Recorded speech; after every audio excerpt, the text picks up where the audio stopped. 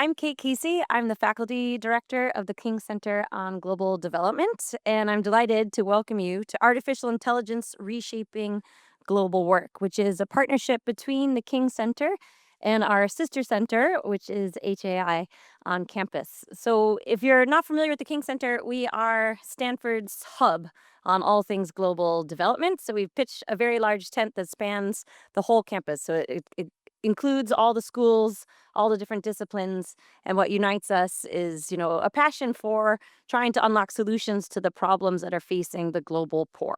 So we really focus on low and middle income countries, and we're excited to partner up with HAI for this because we bring our insights about global development and they bring the cutting edge knowledge about artificial intelligence, and we're interested to see how these things play out with these advances in AI and the rapidly changing landscape. What does that mean for labor markets, productivity, inequality in low and middle income countries? This kind of event today offers an opportunity to expand our reach and ask how might we begin to understand the shifting dynamics that will reverberate across occupations in low and middle income countries, and how might that impact development worldwide. So about 2 years ago, I started working with some of my colleagues to say, okay, there's this whole revolution which is coming on us. First of all, why is it happening?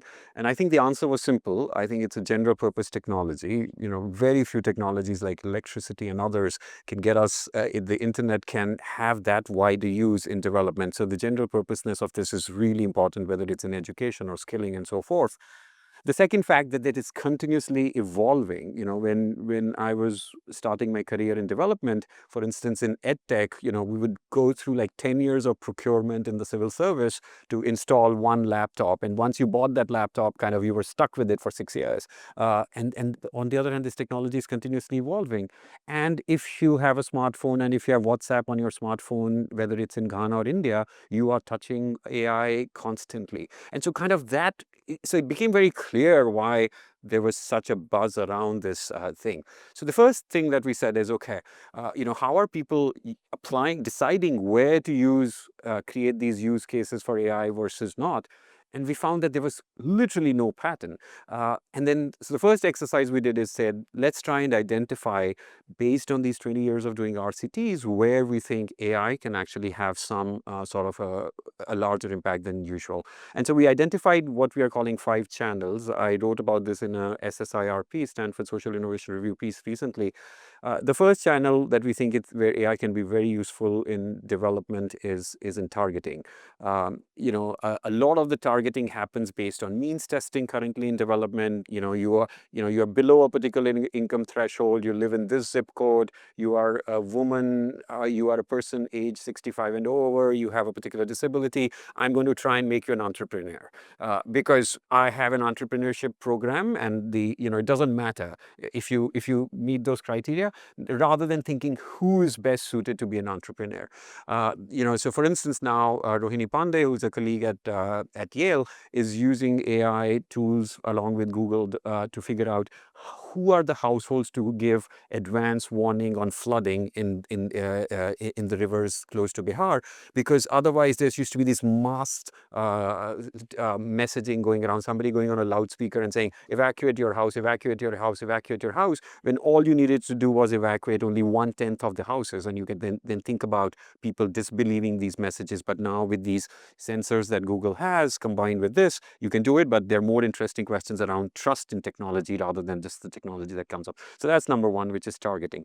The second area, I think, is the one which comes up more often, and what you also mentioned earlier, which is around the productivity, enhancing the productivity of existing workers. I think this is kind of literally a no-brainer. We have evaluations, for instance, in Brazil. I was in Sao Paulo a few weeks ago, where they are, for instance, figuring out ways to use AI to do the grading to free up the time of the teacher, so that the teachers can instead focus on giving customized lessons and tutoring to the students.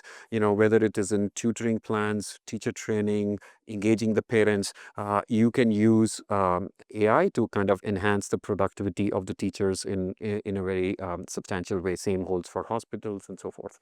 The third is, which oftentimes people miss out, is that even poor countries which have a huge unemployment problem, actually having skilled frontline health workers is a huge problem. Think about ag extension workers. Good agricultural extension workers can make the difference between a farmer going into bankruptcy and a farmer thriving. But finding good ag extension workers in Ghana or India in rural areas is extremely rare. AI tools where you can take photographs, upload them, have really an opportunity to kind of not replace people, but kind of fill, quote unquote, the vacancies which would never get filled. So I think that's a really important area. The fourth is work around biases. Like I think so much gets written about biases in AI, and I often tell people the bias that is much harder to remove are the biases that we have in our heads out of hundreds and thousands of years of thinking in a particular way. So lots of cool research happening. For instance, when the police files a report, can you use AI tools to remove descriptions around race or zip code and other things, so that when the case goes to the prosecutor, they can kind of be a little bit less biased in deciding whether to file charges or not. So kind of really important area. The fifth area, which again lots of people get excited about, I was at the IMF a few months ago talking to some of the fiscal and finance department officials, is the huge fiscal stress that low and middle income countries are facing in terms of revenue and tax collection. These could be property taxes, this could be income taxes. So there is one question about the size of the tax collection, and there is also a question around the progressiveness of these tax collection. And so machine learning tools, for instance, have been deployed by economists to identify which houses through satellite images look like they should be charged a higher property tax rate or a lower property tax rate.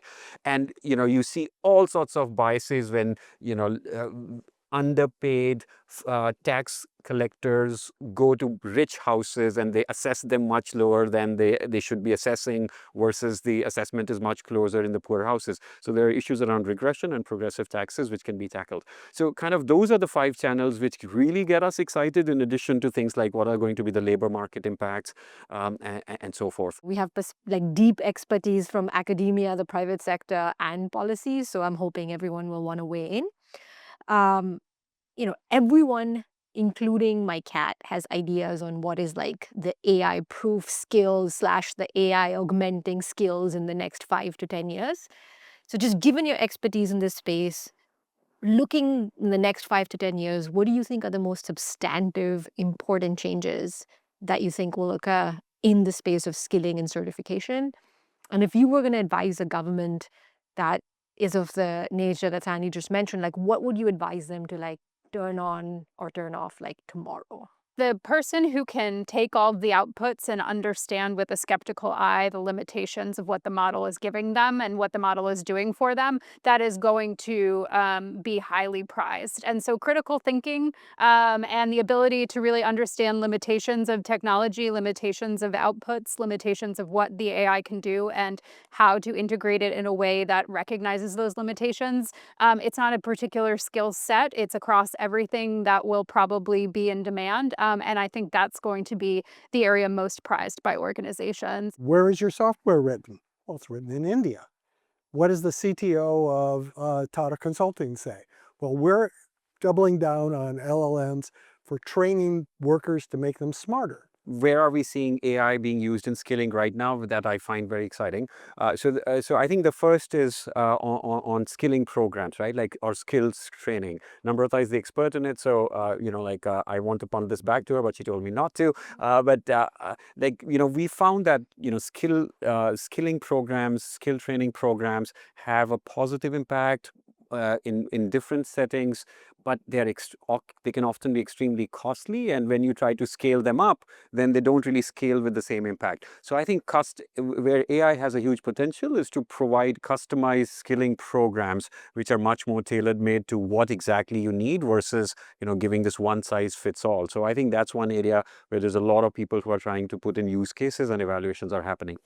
The second is to kind of reduce the frictions in the job market, which happen despite you being skilled. So, for instance, lots of people have good skills, but technical skills, but don't have good communication skills.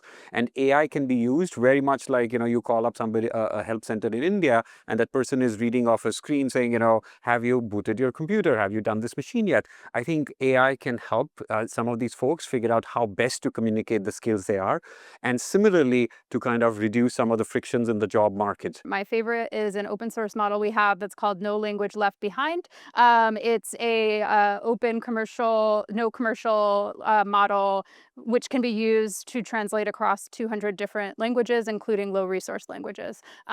Incredibly useful for a lot of partners around the globe, and very valuable in terms of our ability to help with cultural and language contexts in regions around the world. The leadership in those countries, what they're seeing is this is a way to improve trade and opportunity. So not just for the big companies, but they want to see AI for the field workers, for the teachers, for the students. And that's realistic. We're about trying to discover the world better and get evidence about what works and doesn't work. And in that sort of world, at least the things that we've seen so far, AI really helps, and misinformation becomes much less of a problem.